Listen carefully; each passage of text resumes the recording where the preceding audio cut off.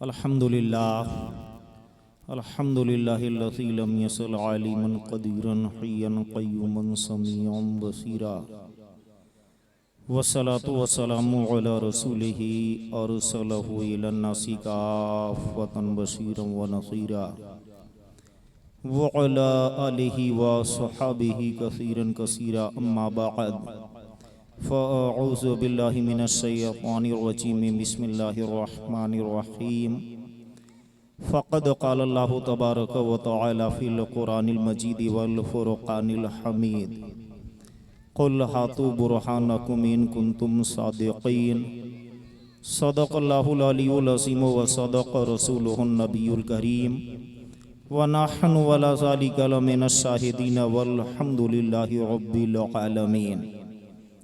कुछ अरसों मारूज़ से पेशतर हम और आप मिलकर नबी करीम सल्लल्लाहु अलैहि वसल्लम की बारगाह बेकस पनाह में मोहब्बत व अक़ीदत से दुरूद व सलाम का नजराना पेश करें।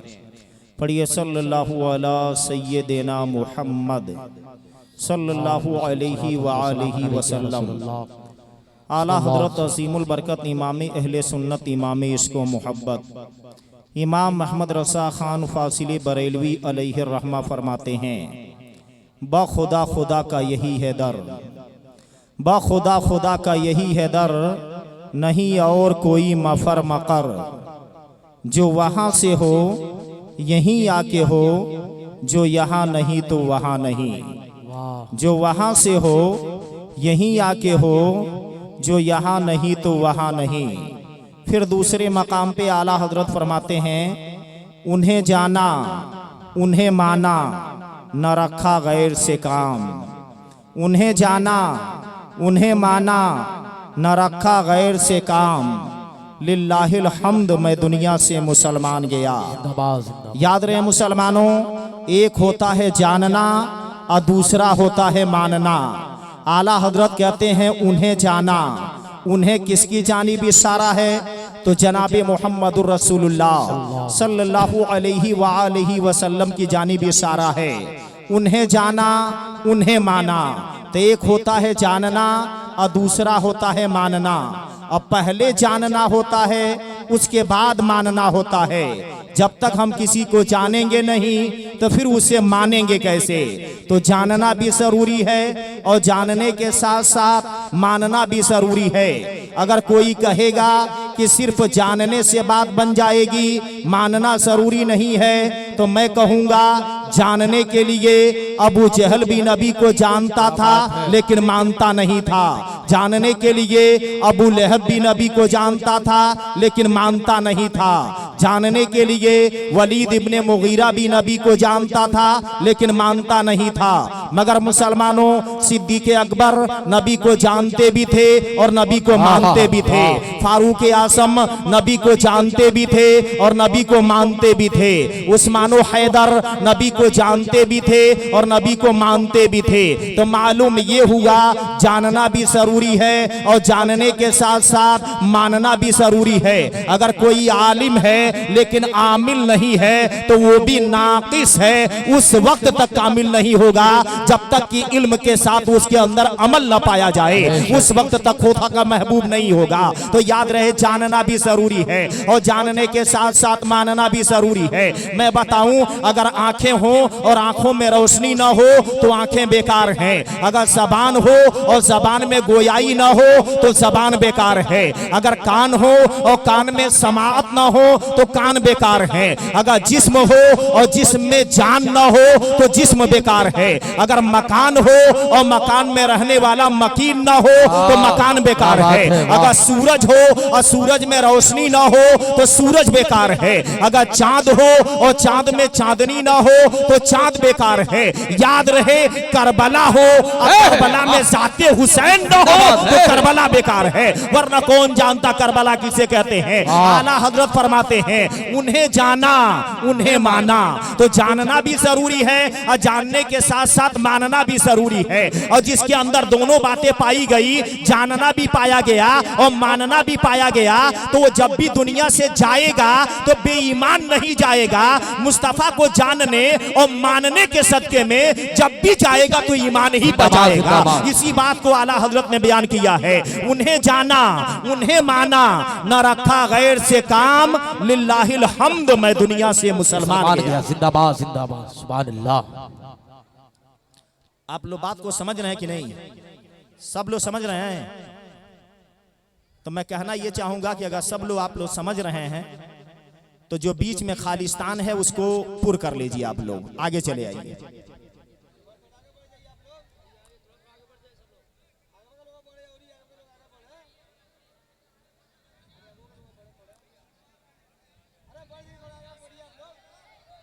माशाअल्लाह।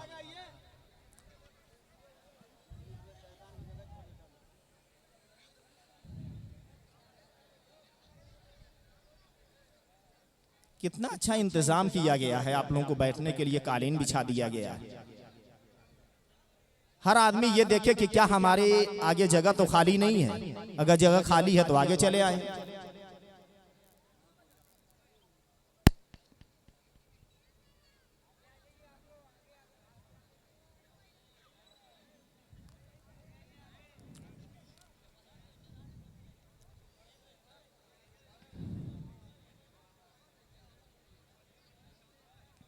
दुरूद शरीफ पढ़े, बात को आगे बढ़ाते हैं। सल्लल्लाहु अलैहि वसल्लम, सलातु व सलाम अलैका या रसूलल्लाह सल्लल्लाहु अलैहि वसल्लम।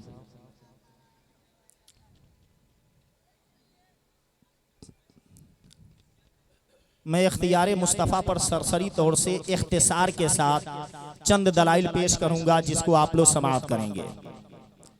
अल्लाह रब्बुल इज़्ज़त कलामी बलागत में इरशाद फरमा रहा है, सूरा आराफ आयत नंबर 157 पारा नंबर 9, व युहिल्लु लहुमुत तय्यिबात, और सुथरी चीजें उनके लिए हलाल फरमाएगा। व युहर्रिमु अलैहिमुल खबाइस, और गंदी चीजें उन पर हराम करेगा। इस आयत करीमा से साबित हुआ खुदाए ताला ने नबी करीम सल्लल्लाहु अलैहि वसल्लम को मालिको मुख्तार बना करके भेजा, इख्तियार दे करके भेजा, पावर दे करके भेजा।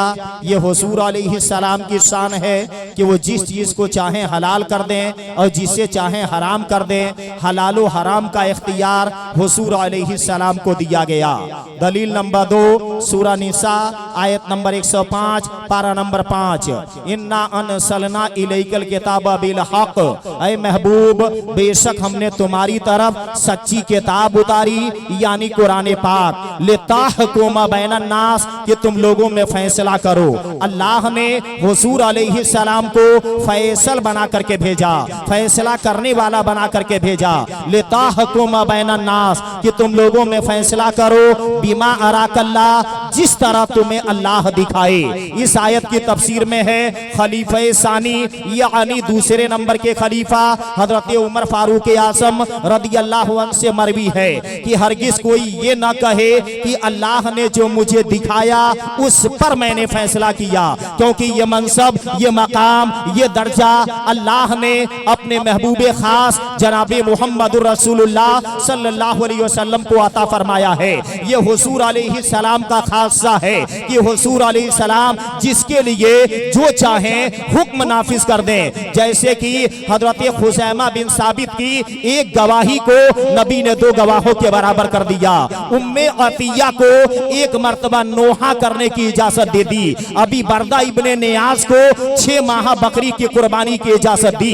ये है हुजूर अलैहिस्सलाम का इख्तियार कि जिसके लिए नबी जो चाहे हुक्म नाफिज कर दें। इसीलिए तो आला हजरत फरमाते हैं, वो ज़बां जिसको सब उनकी कुंजी कहें, वो ज़बां जिसको सब उनकी कुंजी कहें, उसकी नाफिज हुकूमत में लाखों सलाम। फिर आला हजरत दूसरे मकाम पे फरमाते हैं, कौन देता है देने को मुँह चाहिए, देने वाला है सच्चा हमारा नबी। जिंदाबाद जिंदाबाद, सुभान अल्लाह। और आगे बढ़ते हैं दलील नंबर 3 सूरह तौबा आयत नंबर 29 पारा नंबर 10 कातिलुल लज़ीना ला युमिनून, लड़ो उनसे जो ईमान नहीं लाते, बिल्लाहि वला बिल यौमिल आखिर, अल्लाह पर और क़यामत पर, वला युहर्रिमून और हराम नहीं मानते उस चीज को, मा हर्रमल्लाहु व रसूलु, जिसको हराम किया अल्लाह और उसके रसूल ने। पता ये चला मुसलमानों, अल्लाह ने भी हराम किया और रसूल ने भी हराम किया। ये इख्तियार पर 3 दलीलों को आप लोगों ने समाप्त किया और बहस को आगे बढ़ाते हैं। अल्लाह के नजदीक ईमान वाला कौन है, अल्लाह के नजदीक मर्द मोमिन कौन है, अल्लाह के नजदीक मुसलमान कौन है। याद रहे, किसी बंदे को पूरी दुनिया के लोग मुसलमान कहें लेकिन वो अल्लाह के नजदीक मुसलमान न हो तो पूरी दुनिया का कहना बेकार जाएगा, जाए जाएगा। अल्लाह कुरान पाक में इरशाद फरमा रहा है, सूरह बकर आयत नंबर 8 पारा नंबर 1, व मिनन नास मन यक़ूलु, बास लोग कहते हैं, कुछ लोग कहते हैं, क्या कहते हैं, आमन्ना बिल्लाही के हम अल्लाह पर ईमान लाए, व बिल यौमिल आखिर और आखिरी दिन कयामत के दिन पर ईमान लाए। बंदा अल्लाह को भी मान लिया और बंदा कयामत के दिन को भी मान लिया, बंदा खुदा को भी मान लिया और बंदा आखिरी दिन को भी मान लिया। अक्ल ये कह रही है कि अब उसे मुसलमान कहा जाए, मगर रब फरमा रहा है, व मा हुम बिमुमिनीन, अभी तुम मोमिन नहीं हुए हो, अभी तुम मुसलमान नहीं हुए हो, अभी तुम ईमान वाले नहीं हुए हो। अब बंदा हैरान है कि बंदा खुदा को मानकर भी अभी मुसलमान नहीं हुआ, बंदा कयामत के दिन को भी मान करके मुसलमान न हुआ, तो आखिर क्यों नहीं हुआ खुदा को मान करके मुसलमान। तो याद रहे मुसलमानों, बंदा खुदा को तो माना लेकिन उनको न माना जिन्होंने खुदा का पता बता दिया। बंदा कयामत के दिन को माना लेकिन उनको न माना जिन्होंने कयामत की निशानियों को बता दिया। तो खुदा का पता किसने बताया, तो जनाबे मोहम्मदुर रसूलुल्लाह ने। कयामत की निशानियों को किसने बताया, तो जनाबे मोहम्मदुर रसूलुल्लाह सल्लल्लाहु अलैहि वसल्लम ने। अब मुसलमानों, ये कि बंदा लाख खुदा को मानने का दावा करे, जब तक वो मुस्तफ़ा को तस्लीम नहीं करेगा वो हरगिज़ ईमान वाला नहीं हो सकता है, वो हरगिज़ मर्द मोमिन नहीं हो सकता है। और मैं आप लोगों को बताना चाहूंगा कि मुस्तफ़ा से जुदा होकर के अब कोई चाहे ईमान वाला बन जाऊं, मुस्तफ़ा से इन्हिराफ होकर के कोई चाहे कि मैं ईमान वाला बन जाऊं, मुस्तफ़ा से दूरी इख्तियार करके और चाहे कि मैं ईमान वाला हो जाऊं, तो याद रहे ये मुमकिन नहीं है। कभी भी मुस्तफ़ा से जुदा होकर के वो ईमान वाला नहीं हो सकता। अब मुसलमानों, ये कि मुस्तफ़ा को बंदा छोड़ दिया है, अब मुस्तफ़ा से जुदा हो गया है, आलम पर गौर किया, आसमान और जमीन पर गौर किया, गौर करने के बाद इस नतीजे पर पहुंचा कि आसमान और जमीन का कोई बनाने वाला है और जो बनाने वाला है वो एक है और मैंने उस एक को मान लिया, तो क्या अब उसे मुसलमान कहा जाएगा? तो हरगिज़ नहीं कहा जाएगा। और मुसलमानों, नबी फरमाए खुदा एक है और नबी से सुनकर मान ले खुदा एक है, तो अब वो ईमान वाला कहलाएगा। पता ये चला कि बात तो दोनों की एक ही है, मगर एक अपनी अक्ल से मान रहा है खुदा को एक और एक मुस्तफ़ा के कहने से मान रहा है खुदा को एक। तो जो अक्ल से मान रहा है उसको मुवाहिद कहा जाएगा, यानी खुदा को एक मानने वाला, और जो मुस्तफ़ा के कहने से मान रहा है खुदा को एक उसको ईमान वाला कहा जाएगा। इससे पता क्या चला, ईमान मिलता ही है दरे मुस्तफ़ा पे। जिंदाबाद नारे तकबीर, नारे रिसालत, तहफ़्फ़ुज़े शरीयत कॉन्फ्रेंस, फैज़ाने हुज़ूर रईसुल अत्क़िया, नारे तकबीर, जिंदाबाद जिंदाबाद, सुभानअल्लाह। तो बात को समझने की कोशिश करें। याद रहे, अपनी अक्ल से अगर माना खुदा को एक तो वो मुवाहिद होगा, खुदा को एक मानने वाला। कुरान पाक में 6666 आयते करीमा है, कहीं पर भी अल्लाह ने नहीं फरमाया या अय्युहल्लज़ीना वहदू, ऐ खुदा को एक मानने वालों, कहीं खुदा ने नहीं फरमाया, बल्कि सैकड़ों मकाम पे क्या फरमाया, या अय्युहल्लज़ीना आमनू, ऐ ईमान वालों, ऐ ईमान वालों। पता ये चला अल्लाह को जरूरत किसकी है, तो ईमान वालों की है। और ईमान मिलता कहाँ है, तो ईमानदारी मुस्तफ़ा से मिलता है। इसीलिए तो आला हजरत फरमाते हैं, बाखुदा खुदा का यही है दर, यानी खुदा की कसम दर मुस्तफ़ा ही खुदा का दर है। बाखुदा खुदा का यही है दर, नहीं और कोई मफर मकर। मफर मकर, मफर के माने फिर जाना और मकर के माने करार पा जाना। जो नबी से फिर जाएगा वो कभी करार नहीं पाएगा, जो नबी से फिर जाएगा वो कभी अमन नहीं पाएगा, जो नबी से फिर जाएगा वो कभी कामयाबी नहीं पाएगा। जो नबी से फिर जाएगा वो कभी बुलंदी नहीं पाएगा। अल्लाह ने कामयाबी को कहाँ रखा है? नबी के चौखट पर। बुलंदी को कहाँ रखा है? नबी के चौखट पर। ईमान को कहाँ रखा है? नबी के चौखट पर। वकार को कहाँ रखा है? नबी के चौखट पर। महबूबियत को कहाँ रखा है? तो नबी के चौखट पर। इसीलिए हमारे इमाम कहते हैं बखुदा खुदा का यही है दर, नहीं और कोई मफर मकर। जो वहां से हो यही आके हो, जो यहां नहीं तो वहां नहीं। तो याद रहे, हमें खुदा का पता मिला तो बसरिये मुस्तफा के। तो बंदा ला खुदा को मानने का दावा करे,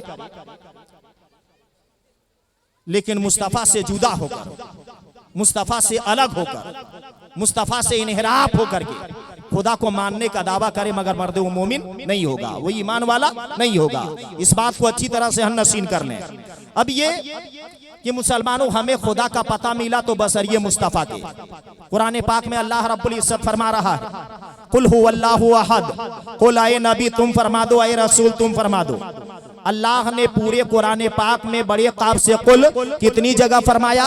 तो गालिबन 332 मकाम पे फरमाया। इसका तर्जमा, इसका माना मतलब मफहूम क्या हुआ? तो इसका तर्जमा ये हुआ, माना मफहूम ये हुआ कि अल्लाह फरमा रहा है, ऐ मेरे महबूब, ऐ मेरे हबीब, ऐ मेरे प्यारे, फरमान तो खुदा का है, हुक्म खुदा का है, लेकिन तुम मेरे बंदों को बता दो, समझा दो, सिखा दो। जैसे कि अल्लाह ने कुरान में फरमाया, कुल या अय्युहल काफिरून, कुल आए नबी तुम फरमा दो। किससे फरमा दो? तो या अय्युहल काफिरून, काफिरों से फरमा दो। क्या फरमा दो काफिरों से?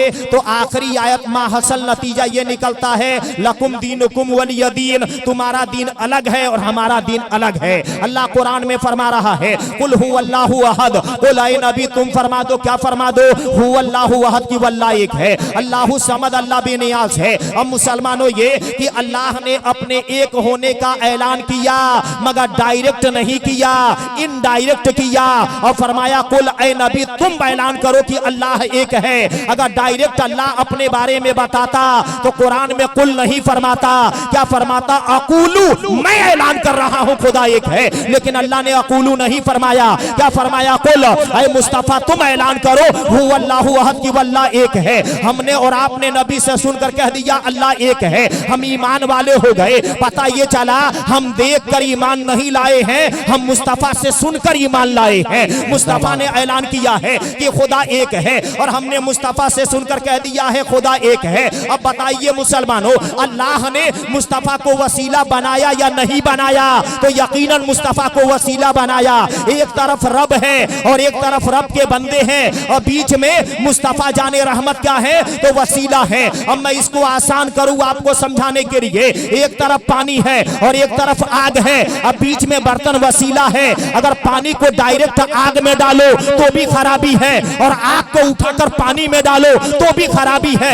उस वक्त तक नतीजा नहीं निकलता जब तक कि दोनों के बीच में बर्तन को ना रखा जाए। तो बर्तन क्या हो गया? वसीला हो गया। एक तरफ छत है और एक तरफ जमीन है, और सीना सीढ़ी क्या है? तो वसीला है। एक तरफ पतंग उड़ाने वाला है और एक तरफ मुसलमानों पतंग है, और बीच में धागा क्या है? तो वसीला है। तो एक तरफ खुदा है और एक तरफ खुदा के बंदे हैं, और बीच में मुस्तफा क्या है? वसीला है। पता ये चला कि जो कुछ खुदा देता है किसी और को नहीं, मुस्तफा को देता है। ये बात हदीस पाक से साबित है। खुद नबी फरमाते हैं व इन्नमा अना कासिम, कि मैं तकसीम करने वाला हूँ, वल्लाहु युती, और अल्लाह अता फरमाने वाला है। पता ये चला कि जो कुछ खुदा अता फरमाता है हमको और आपको नहीं, बल्कि मुस्तफा को अता फरमाता है, और हमें और आपको मिलता है तो बसरिये मुस्तफा के मिलता है। जिंदाबाद जिंदाबाद सुभान अल्लाह। तो अब बताइए वसीला जरूरी हुआ कि नहीं हुआ? शहजादे आला हजरत ताजदारे अहले सुन्नत सरकार मुफ्ती आज़म हिंद अलैहि रहमा फरमाते हैं, वस्ल मौला चाहते हो तो वसीला ढूंढ लो। वस्ल बोलते हैं मिलने को, और फसल बोलते हैं जुदाई को। कहते हैं वस्ल मौला चाहते हो तो वसीला ढूंढ लो, बेवसीला नजदियों हरगिज खुदा मिलता नहीं। बेवसीला नजदियों हरगिज खुदा मिलता नहीं। तो वसीला क्या है? जरूरी और लाजमी है। बात को समझने की कोशिश करें। मैं बड़ी तेजी के साथ किसी भी आयत या दलील पर मैं लंबी चौड़ी बहस करना नहीं चाहता हूं। अब ये कि आप लोगों ने ये समाप्त किया, अल्लाह के नजदीक ईमान वाला कौन है?